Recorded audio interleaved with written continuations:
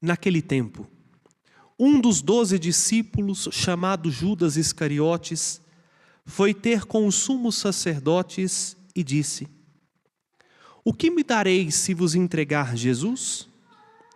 Combinaram então 30 moedas de prata. E daí em diante, Judas procurava uma oportunidade para entregar Jesus. No primeiro dia da festa dos ázimos, os discípulos aproximaram-se de Jesus e perguntaram: onde queres que façamos os preparativos para comermos a Páscoa?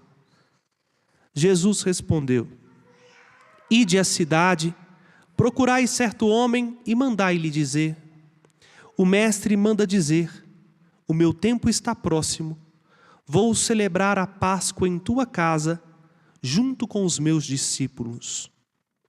Os discípulos fizeram como Jesus mandou e prepararam a Páscoa. Ao cair da tarde, Jesus pôs-se à mesa com os 12 discípulos. Enquanto comiam, Jesus disse: em verdade eu vos digo, um de vós vai me trair. Eles ficaram muito tristes e um por um começaram a perguntar: Senhor, será que sou eu? Jesus respondeu: quem vai me trair é aquele que comigo põe a mão no prato. O Filho do Homem vai morrer, conforme diz a Escritura a respeito dele. Contudo, ai daquele que trair o Filho do Homem. Seria melhor que nunca tivesse nascido. Então Judas, o traidor, perguntou: mestre, serei eu? Jesus lhe respondeu: tu o dizes. Palavra da salvação. Glória a vós, Senhor.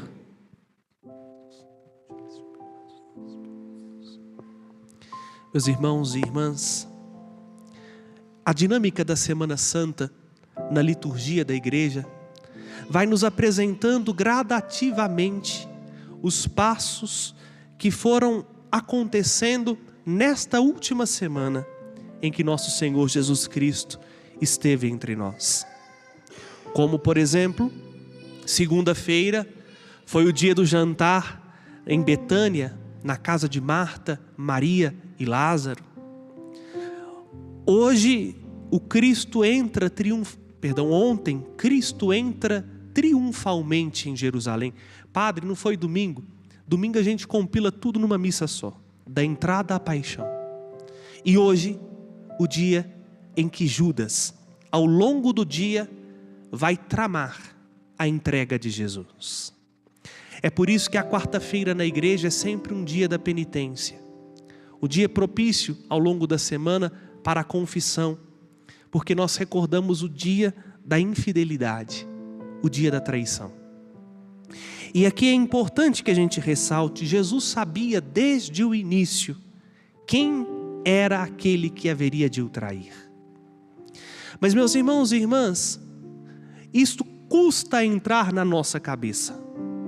Por que que Jesus chamou Judas? Ora, do mesmo jeito pelo qual ele chamou Pedro. Porque Cristo não chama os perfeitos. Aqui nós precisamos, meus irmãos e irmãs, de entender a radicalidade daquilo que ele disse: eu não vim para os santos, eu vim para os pecadores. Por isso não se iludam. A começar de nós, padres, somos os piores. É por isso que Cristo nos chama para mais perto dele. Os apóstolos, os 12, não foram escolhidos porque eram os mais inteligentes, porque tinham mais fé, porque eram homens fiéis. Não, tinha gente muito mais qualificado no grupo dos discípulos de Jesus do que estes 12. Recordemos o que Cristo diz para Pedro na liturgia de ontem: você vai dar a vida por mim? Antes que o galo cante, você vai me negar 3 vezes.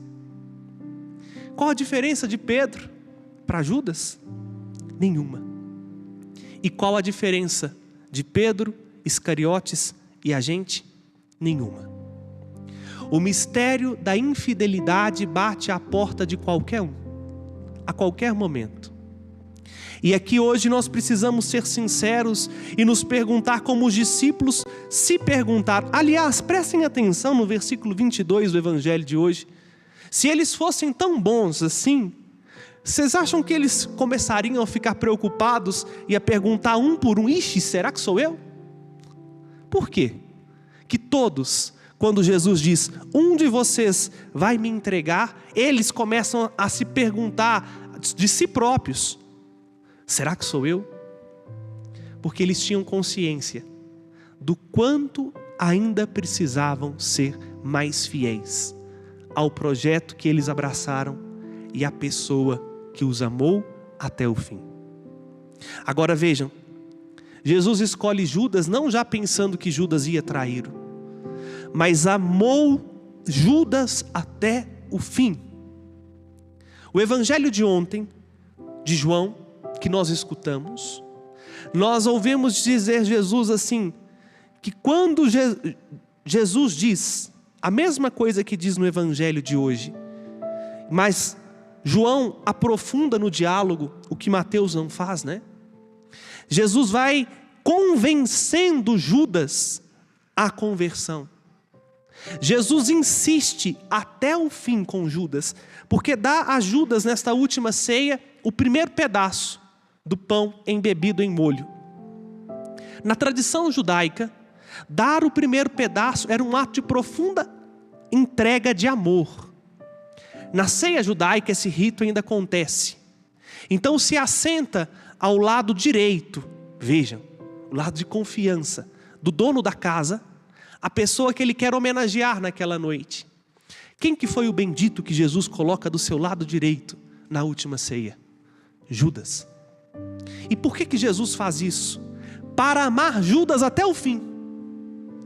Para mostrar que, sabendo Jesus que Judas ia entregá-lo, o amor dele por Judas não diminuiu, pelo contrário, deu a Judas o primeiro pedaço do seu próprio corpo. E aí quando Judas recebe o pedaço de pão, aí ele sai do cenáculo, fica aos 11, e Jesus diz: agora o Filho do Homem foi glorificado, e Deus será glorificado nele. Por quê? Porque Jesus amou Judas até o fim. Ainda que Judas não tivesse amado Jesus, Jesus não desistiu de Judas. E vejam, para Jesus não era problema nenhum Judas tê-lo entregado nas mãos dos malfeitores, porque Jesus sabe lidar com instrumentos imperfeitos. Por que Judas não virou santo?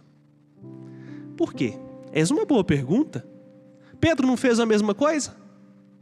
O problema de Judas foi porque Judas já começou a entregar Jesus aqui dentro do coração. Judas recusou a misericórdia do Senhor. Ao contrário, Pedro, quando tomou consciência, me desculpe a expressão, da burrice que fez, caiu num profundo choro de arrependimento. E olhando nos olhos de Jesus disse: Senhor, Tu sabes tudo. Tu sabes que eu te amo. Não queria te trair, não queria ser infiel, mas pelo medo, pela minha fragilidade, eu não dei conta de dar testemunho, mas o meu amor por Ti naquilo que eu dou conta é sincero. Faltou a Judas apenas uma coisa para ser santo: olhar nos olhos de Jesus. Às vezes, meus irmãos e irmãs, a gente não entende isso. Que santo não é aquele que é infiel, que é aquele que trai, aquele que pode inclusive entregar Jesus à morte. Santo é aquele que, quando percebe o que fez, não escapa do olhar que pode dar vida.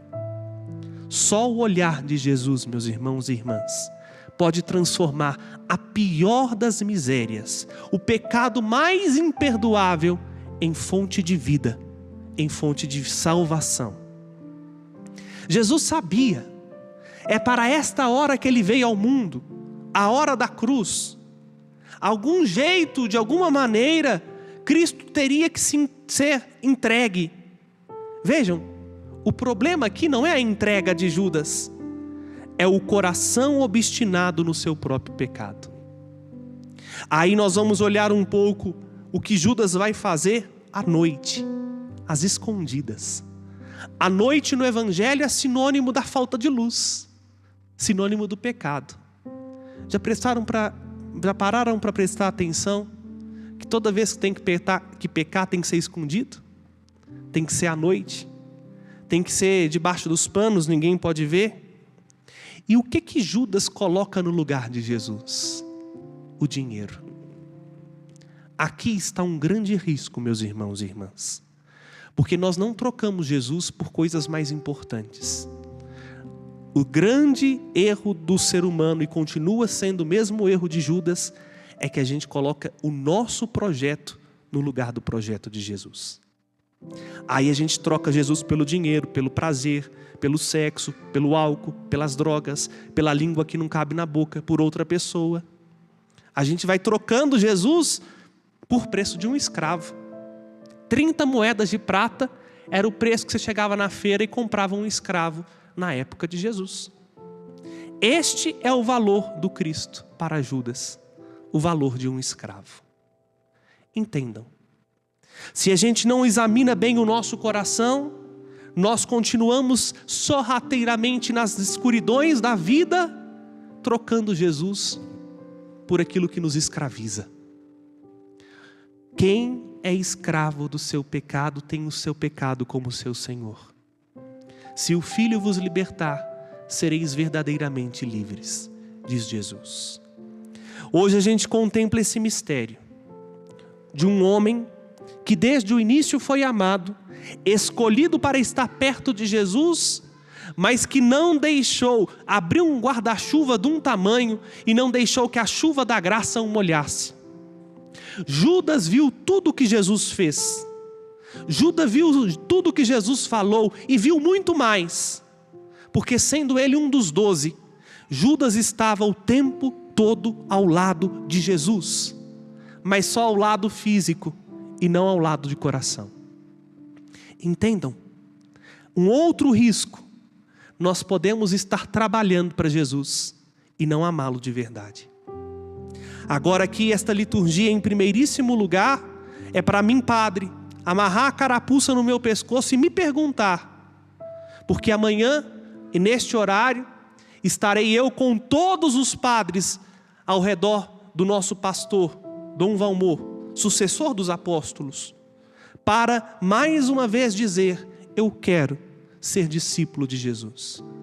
Eu quero, apesar dos meus pecados, ser fiel à promessa que eu fiz lá no dia 21 de novembro de 2020, na minha ordenação. Porque, meus irmãos e irmãs, foi um apóstolo que entregou Jesus. Não foi alguém desconhecido, não foi alguém da multidão, não foi um inimigo, foi quem estava ao lado de Jesus, próximo dele, se dizendo amigo, vendo e ouvindo tudo. Por que eu digo isso para mim, padre? Porque o mundo sacerdotal não me dá a garantia da amizade com Jesus. Posso ser eu padre e não ser amigo de Jesus. E continuar entregando Jesus por causa da fama, por causa do dinheiro, por causa de projetos pastorais, por causa de uma rentabilidade para a igreja. Nós precisamos ser sinceros. Ao olharmos na entrega de Judas, olhar o nosso coração e nos perguntar: até que ponto eu correspondo amor com amor?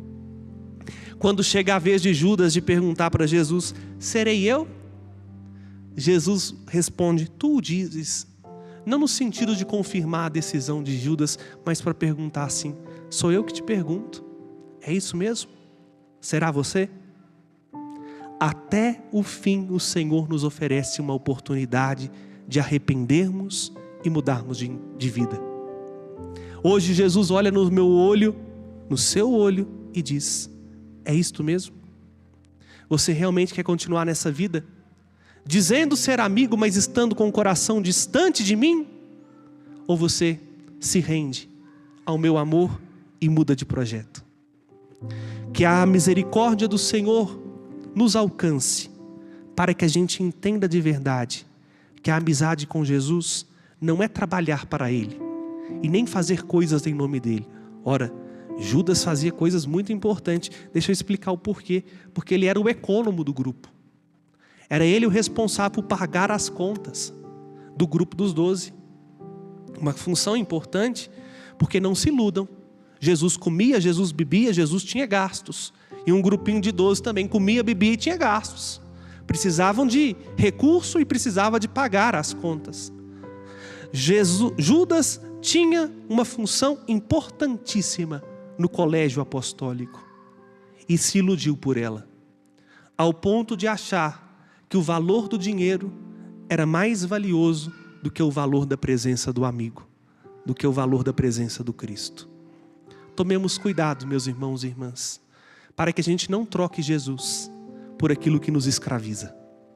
Tomemos cuidado para que o brilho das moedas não seja mais forte que o brilho do olhar daquele Deus que continua do nosso lado, estendendo-nos a mão e não desistindo de nós.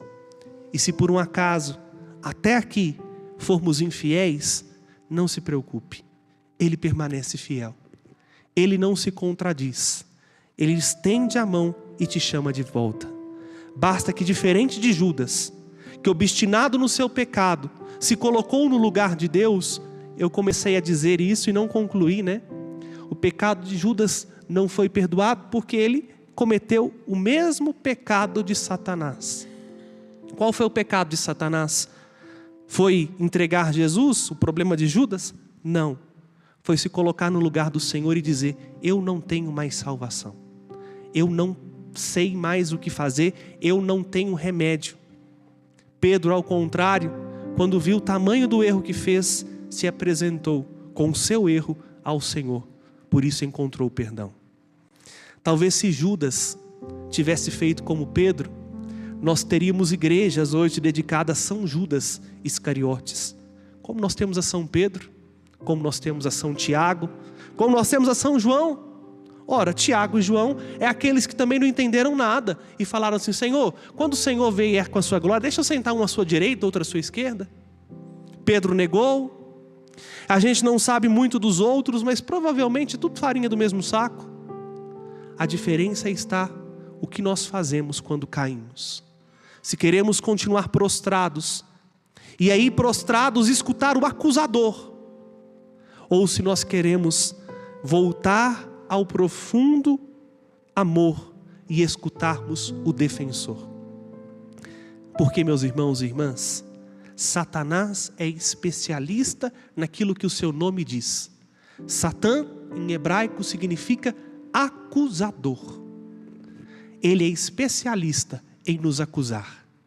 É por isso que o Cristo nos dá o Paráclitos, o Espírito Santo, e Ele é o defensor. Quando cairmos, não escutemos a voz que nos acusa, mas olhemos o Espírito do Cristo, que não é que nos defende porque somos bonzinhos, não. Nos defende porque sabe que enquanto estivermos neste mundo, nós temos chances de sermos grandes amigos de Jesus. E somente a amizade com Jesus é a garantia para entrarmos no céu e sermos verdadeiramente santos e irrepreensíveis no amor. Examinemo-nos a nós mesmos, para que, aproximando-nos agora do mistério do Senhor, possamos estreitar os nossos laços com Ele e crescer numa amizade que pode realmente dar gosto e sentido à nossa vida. Caso contrário, mais cedo ou mais tarde, vamos precisar colocar alguma coisa no lugar de Jesus. Seja Freud, seja palavras de amigos, seja o dinheiro, seja o que nos dá prazer. Somente a amizade sincera, cultivada na intimidade, de coração para coração, faz com que a gente permaneça, mesmo com os nossos limites, fiéis até o fim. Não por interesse, mas por gratuidade e por amor. Louvado seja nosso Senhor Jesus Cristo. Para sempre seja louvado. Ao Senhor que é nosso amigo e que se assenta ao redor da mesa conosco, apresentemos as nossas preces. A nossa resposta será: ouvi-nos, Senhor.